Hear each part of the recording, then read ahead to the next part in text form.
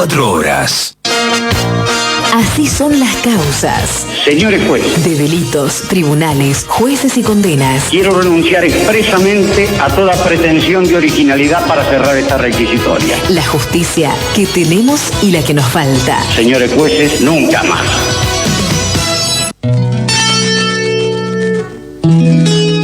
La bienvenida a Oscar Testa en la mañana. ¿Cómo estás, Oscar? ¿Qué tal? Buen día. Bueno, vamos a hacer un salpicón, una ropa vieja judicial, como dicen los cubanos, a la comida que sobra. Pero esta no sobra tanto porque es comida buena, nueva. Sí. Lo que pasa es que son tantas las cosas que están dando vueltas que no sabemos que por ahí tampoco se pueden llevar la mañana entera. Bueno, Macri en 2016, junto con los jugadores de fútbol Carlos Tevez y Guillermo Barros Echelotto, compraron 6 proyectos de parques eólicos, cuando eran gobierno Macri, por $25 millones, a un supuesto arrepentido de la causa de los cuadernos. Y posteriormente lo vendieron por $100 millones en 2017, es decir que en un año cuadruplicaron el valor en dólares. ¿Qué pasó ahora? Porque judicialmente se abren las puertas de investigar eso. Ya está en investigación. Hay una investigación judicial que lo tiene el juez Martínez de Giorgi, que es uno de los jueces de Comodoro Pi.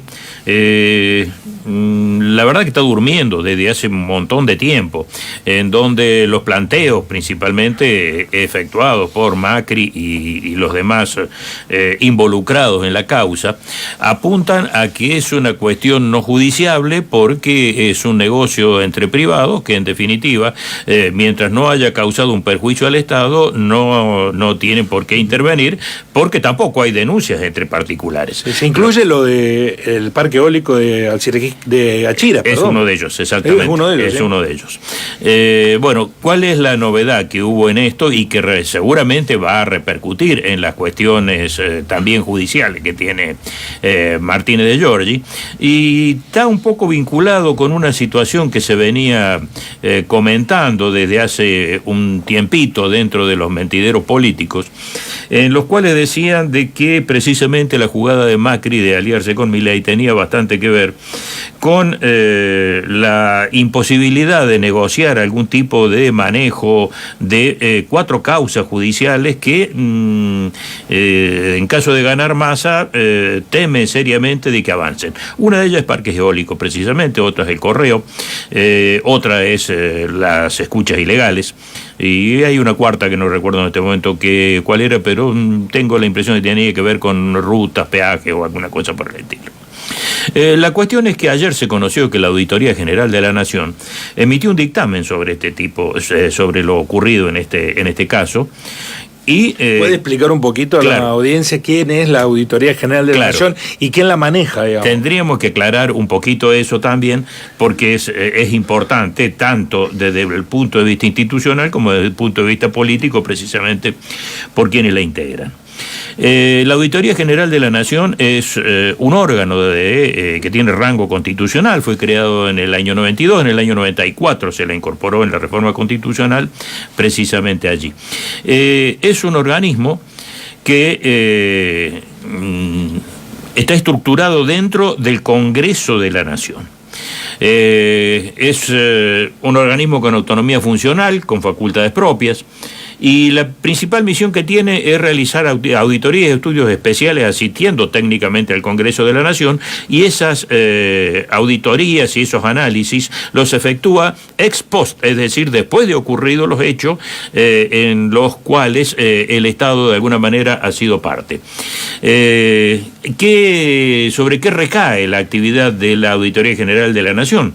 En analizar la gestión de los organismos descentralizados, de la administración central, de las empresas y sociedades del Estado, de los entes reguladores de servicios públicos, las instituciones de la seguridad social, los fondos fiduciarios integrados con bienes y fondos del Estado, las organizaciones privadas que reciben subsidios, aportes del Estado, e instituciones cuyos fondos o administración esté a cargo del Estado. Es decir, todos aquellos organismos, funciones, estructuras que de alguna manera reciben plata del Estado, es decir, que se tienen que se financian de esa manera y que gastan la plata del Estado precisamente en cumplimiento de los fines para los cuales fueron creados. Y lo maneja la oposición. Exactamente. Era Pichetto el presidente de está creado, está integrado por, es decir, los miembros, duran 8 años en sus funciones,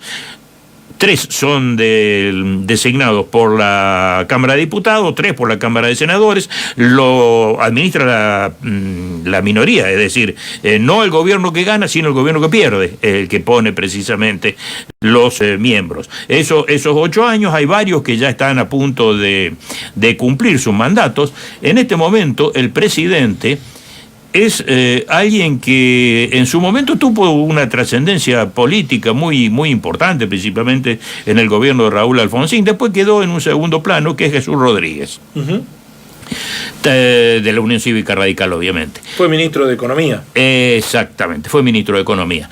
También lo integran María Graciela de la Rosa, del Partido Justicialista, por el Senado, Francisco Javier Fernández, del Partido Justicialista, por el Senado, Alejandro Nieva, por el Senado de la Unión Cívica Radical, Juan Ignacio Fortón, diputado justicialista, Gabriel Miura Estrada, diputado del Frente Renovador, y, como estábamos diciendo, Miguel Pichetto, diputado por el peronismo republicano.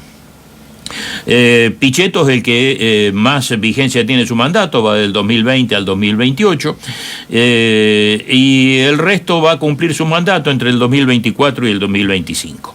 Bien, estos auditores son los que elevaron este informe en el que encontraron severas irregularidades en las licitaciones de la energía durante el macrismo. Dice, en un solo año, la familia de Macri y otros jugadores ganaron más de 70 millones, lo que estabas diciendo vos recién en la introducción, concretamente 75 millones de dólares, con la venta de parques eólicos. Se lo compraron a una empresa que estaba en quiebra, una empresa española, que tenía como uno de sus activos haber ganado la licitación de los parques. Allí la pagaron esos 20 millones de dólares, la retuvieron un año y se la terminaron vendiendo a una empresa china, que llamativamente lo compra una semana después de que Macri había ido a visitar China, precisamente. Esa plata fue girada y pagada toda en el exterior, acá no entró un peso, están todas radicadas en cuentas en Estados Unidos, y el tema pasa por el perjuicio que todas estas medidas habrían arrogado al Estado argentino. ¿Cuáles son esos perjuicios? El informe asegura que el Estado aumentó los precios que pagaba por el megavatio de $41 a $76.63, cuando los precios del megavatio estaban a la baja. Y eso, obviamente, en beneficio de la empresa adquirente, para poder cerrar el negocio, para hacérselo rentable a los chinos. Ese era por ahí. Pagaron por encima del precio de mercado. Aumentaron de 41 a 76,23 cuando los precios estaban bajando. Pero eso no es todo. Eso, lo cual irroga un perjuicio evidente para el Estado y que genera responsabilidad, sin ninguna duda. El Estado también se constituyó en garante de obligaciones de terceros, comprometiéndose de manera contingente sus propios recursos mediante la asunción de compromiso con organismos internacionales por el cumplimiento de esos pagos a la empresa privada que se encargaría de la construcción de los parques eólicos. Y además implementó un cálculo erróneo del tipo de cambio y le hizo perder al Estado otros $4.600.000, y eso sí, no se sabe al bolsillo de quién fue a pagar, o si como un beneficio extra para los chinos que ganaron, que compraron ese paquete, o se perdió en alguna otra parte del camino. Recordemos que esto no lo dice ningún administrador kirchnerista ni nada. La Auditoría General de la Nación, manejada por la oposición. Así es. Por el radicalismo. oficialismo, el Jesús PRO... Rodríguez, Pichetto y demás son firmantes de este documento. Tampoco son minorías, son 7 miembros nada más. Y lo han firmado todos y precisamente ayer se lo conoció. Hay algunas páginas web que tienen el dictamen completo, se lo puede consultar allí porque también es obligación de la Auditoría General de la Nación poner en conocimiento de 3 estamentos fundamentalmente en sus informes: el Congreso de la Nación, los empresas, Estado, etcétera, involucrado en el informe, y la opinión pública en general. Por lo tanto, es público, está al alcance de todo el mundo, cualquier persona puede entrar, tiene cuestiones técnicas bastante difíciles de entender, como es toda la cuestión de la negociación eléctrica, pero puntualmente estos elementos que acabamos de referir constan muy claramente dentro de esa información. Y seguramente esa información a esta hora también ya está en manos de el juez Martínez de Giorgi, que sin ninguna duda tendrá un elemento, un contrapeso muy importante para entender que aquí lo que hubo es un perjuicio innegable para el Estado cometido y llevado adelante por el presidente en funciones en ese momento, y que inevitablemente deberá rendir cuentas respecto de esta maniobra. Esto no es una maniobra entre particulares, y si fue una maniobra entre particulares, de alguna manera, para poder concretarse, necesitó de determinadas medidas del Estado ruinosas para el mismo, o sea, para el erario público, para el bolsillo de todos nosotros, y que de alguna manera terminó favoreciendo la realización de un pingüe negocio particular. Estamos hablando del parque eólico que está aquí, más 5 más, el que está en la localidad de Chiras, más otros 5. Sí, exactamente, que están distribuidos por la provincia de Buenos Aires, la Patagonia, por todos lados. Bueno, el otro tema que nos interesa es saber judicialmente cómo se encuadra o se califica el episodio ocurrido aquí muy cerca de la radio, donde murió un supuesto ladrón que intentaba abordar a una persona que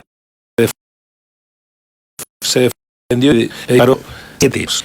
Sí, efectivamente, esto ocurrió, si no me equivoco, el sábado temprano. Viernes temprano. El viernes temprano, exactamente.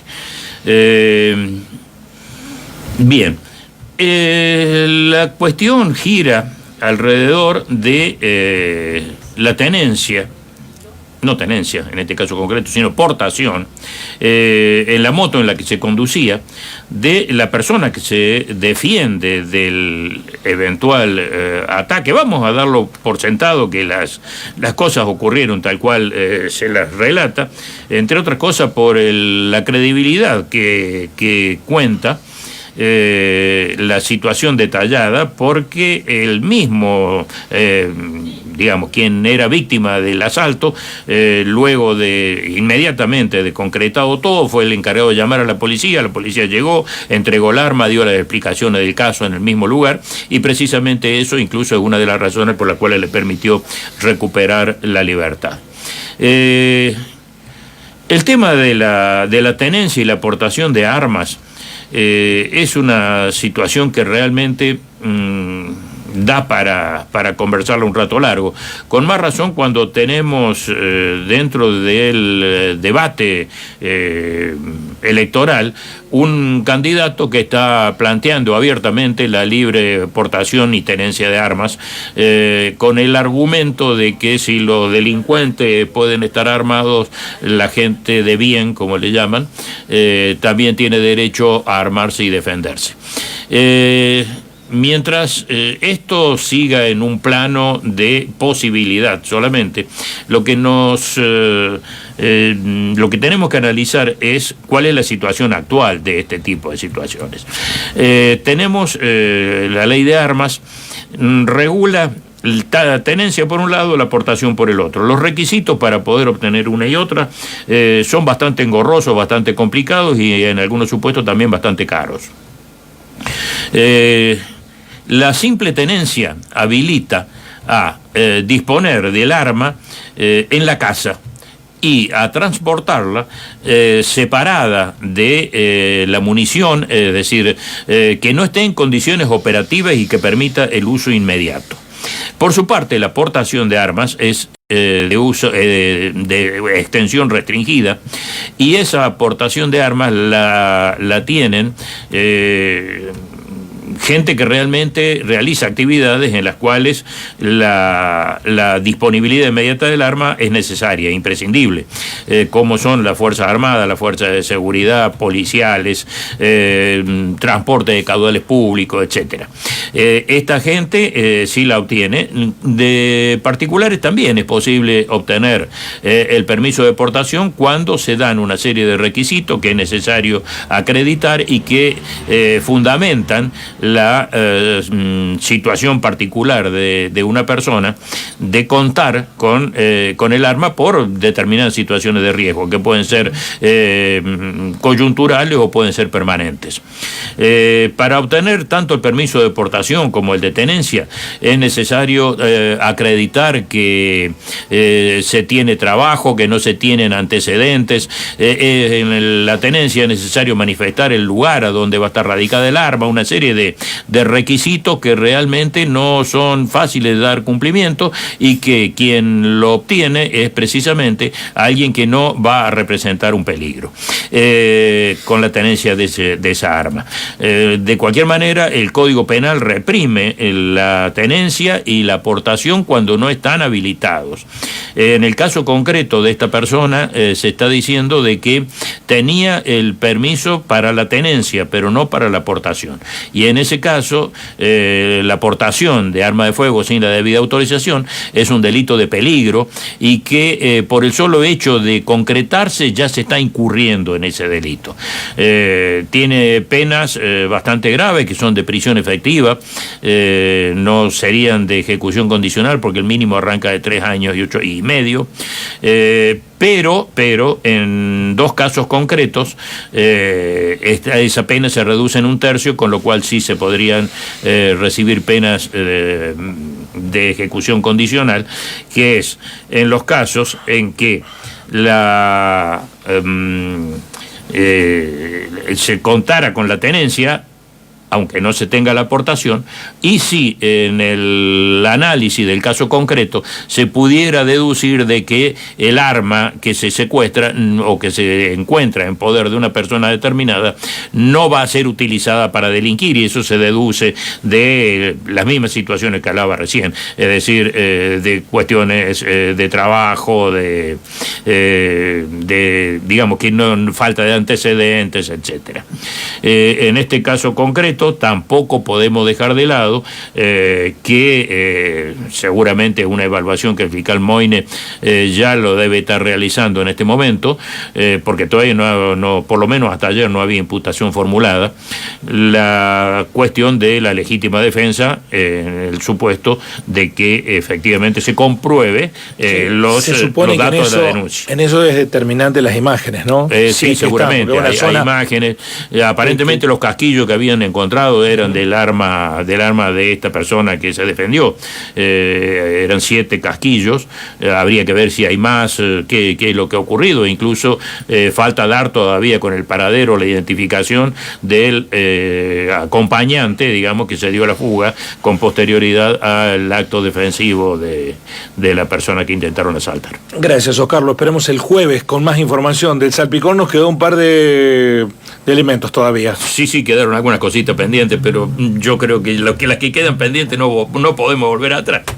La realidad siempre nos tira cosas nuevas. Bueno, Oscar Testa, los temas judiciales en la mañana, así son las cosas.